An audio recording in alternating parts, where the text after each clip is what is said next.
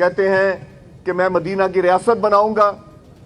منافقت ہے یہ، منافقت، جھوٹ ہے یہ. دوسروں پہ کیچڑ اچھالنا اور اپنا دامن داغ دھبوں سے بھرا ہوا، ایسے شخص کو نہیں ہے بات کرنی زیب دیتی. اور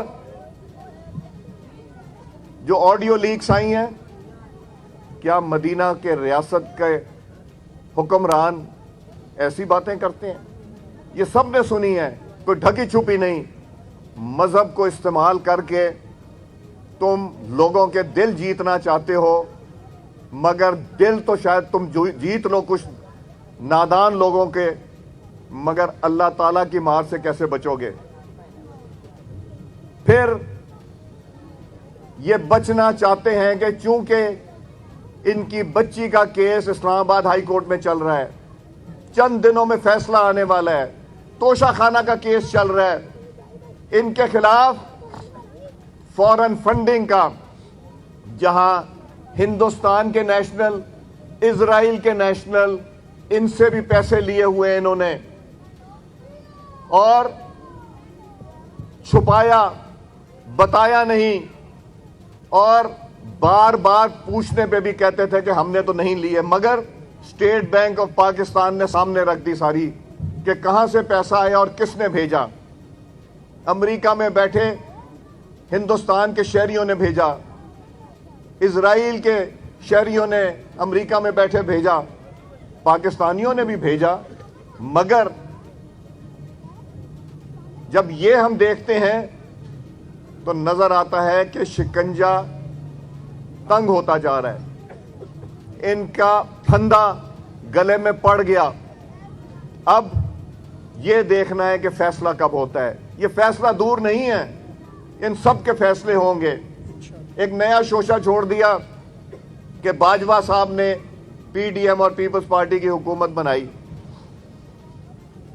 اگر باجوہ صاحب نے وہاں بنائی تھی تو مونس الہی کا بیان اور پرویز الہی صاحب کا بیان جو ہے وہ تو کہتا ہے کہ انہوں نے یہاں بنائی تھی. سو کون صحیح ہے؟ میں ہر اس میٹنگ میں شامل تھا جو 2-3 ہم میں سے مل کے ساری جماعتوں سے بات کر رہے تھے. جن لوگوں نے پی ٹی آئی کے لوگ جو آج بھی قومی اسمبلی میں بیٹھے ہیں، ان کا گلہ کیا تھا؟ ان کا گلہ تھا کہ ہم سیاست عزت کے لیے کرتے ہیں اور خدمت کے لیے کرتے ہیں. جس آدمی کو تمیز نہ ہو کس طرح بات کرنی ہے، کیا رویہ رکھنا ہے، اس کے ساتھ چلنا ہمارا مشکل ہے. ایم کیو ایم کے دوست کہتے تھے کہ ہمیں روکا جاتا تھا کہ ان کے ساتھ رہو. مجھے پتا ہے کہ بجٹ پاس نہیں یہ کر سکتے تھے، لوگ اتنے نالاں تھے، یہ بار بار بوٹ پالش کر کے کہتے تھے کہ میرا بجٹ پاس کرا دو. نیازی صاحب بوٹ پالش کیا کرتے تھے کہ ہمیں ووٹ دلوا دو. ایم کیو ایم کہتی تھی کہ ہمیں اس طرح بات کرتے ہیں جس طرح کہ شاید ہم ان کے لیے ان کے ذاتی کام کرتے ہیں. باپ پارٹی یہی کہتی تھی کہ رویہ ان کا ٹھیک نہیں. مینگل صاحب کے مسائل بڑھتے جا رہے تھے ان کے ساتھ، اس میں کچھ مسنگ پرسنز کا کہتے تھے، کچھ بلوچستان کے حقوق کی بات کرتے تھے، اور وہ بھی یہ کہتے تھے کہ عزت دار کوئی بھی شخص نیازی کے ساتھ نہیں رہ سکتا. اور اب یہ کہا جا رہا ہے کہ مخلوط حکومت بنے گی.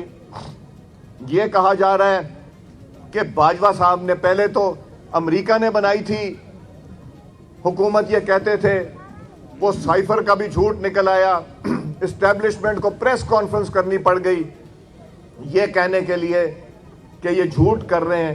ایک طرف امریکہ کو کہتے ہیں انہوں نے حکومت گرائی، دوسری طرف $25,000 دے کے وہاں ایک لابسٹ بٹھایا ہے جو عمران خان کے لیے لابی کر رہا ہے.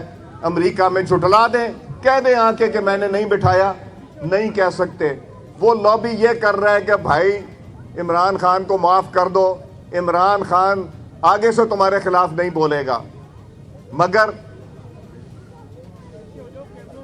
یہ ہر اس چیز سے بچنا چاہتے ہیں جہاں نظر آتا ہے یہ چاہتے ہیں کہ کسی طرح یہ حکومت چلی جائے اور مخلوط حکومت آ جائے، شاید مجھے بھی این آر او مل جائے گا، شاید مجھے بھی کسی طرح بچت ہو جائے گی۔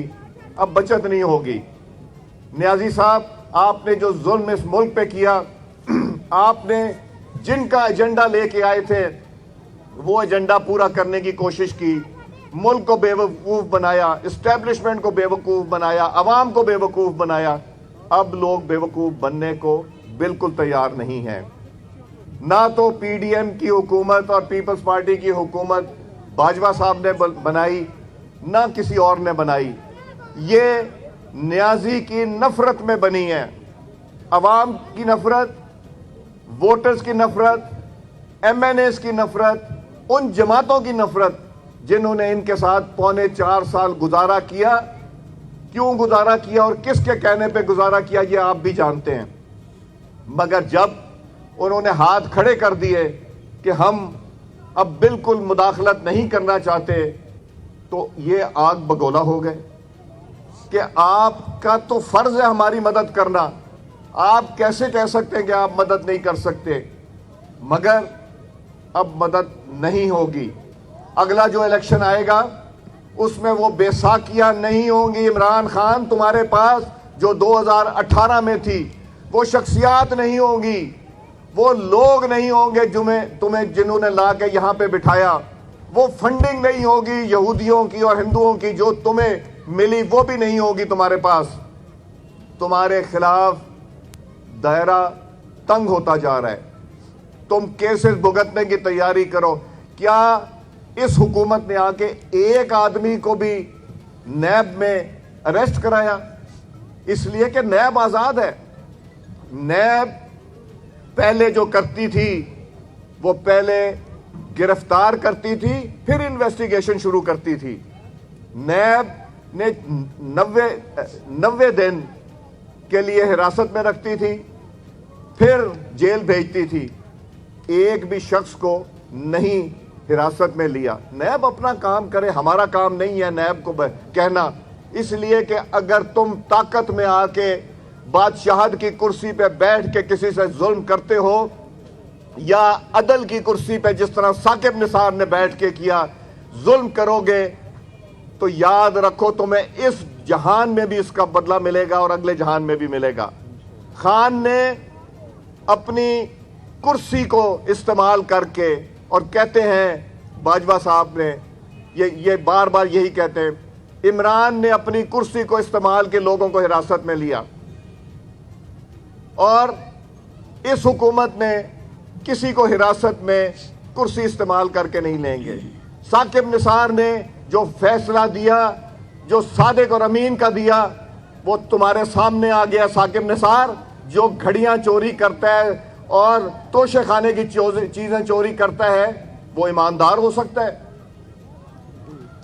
وہ ایماندار نہیں ہے۔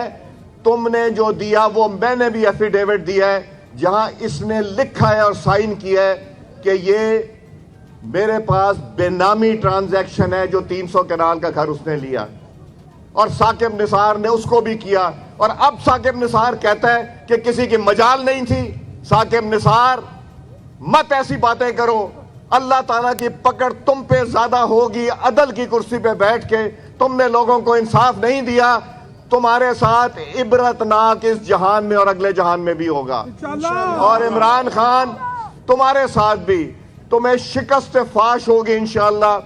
کوئی بے ساکیاں نہیں ہوں گی اگلے الیکشن میں، کوئی تمہارے لیے بندے توڑ کے نہیں لائے گا۔ اور اب تو لوگ بھی ڈر گئے کہ اس پہ احسان مت کرو، اس لیے کہ اس کے شر سے پھر ڈرو۔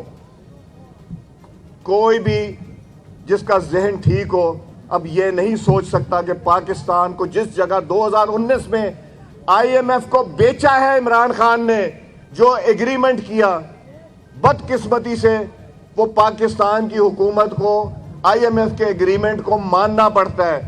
جکڑ کے رکھ دیا، جو انہوں نے کہا اس نے ہاں کر دی۔ یہ پاکستان کی خاطر کی تم نے، یا امریکہ اور آئی ایم ایف کو خوش کرنے کی خاطر کی، یا اپنے سپانسر کو جو تمہیں ایجنڈا دے کے پاکستان میں لائے تھے کہ پاکستان کو ایسے حالات میں ڈال دو کہ پاکستان ہل نہ سکے. کہتے ہیں میں اسمبلیاں توڑ دوں گا. وہ کہتے کیوں ہو؟ کیوں نہیں توڑ دی جس دن اناؤنس کیا تھا؟ کیونکہ دل نہیں تھا. لوگ نہیں تو جائیں گے, ٹوٹ نہیں سکے گی. اب تو ہے نہیں نا وہ لوگ جو آگے کہتے تھے کہ ہم نہیں ٹوٹنے دیں گے یا ہم توڑوا دیتے. اب تو وہ بھی ساتھ نہیں ہے, ڈرتے بھی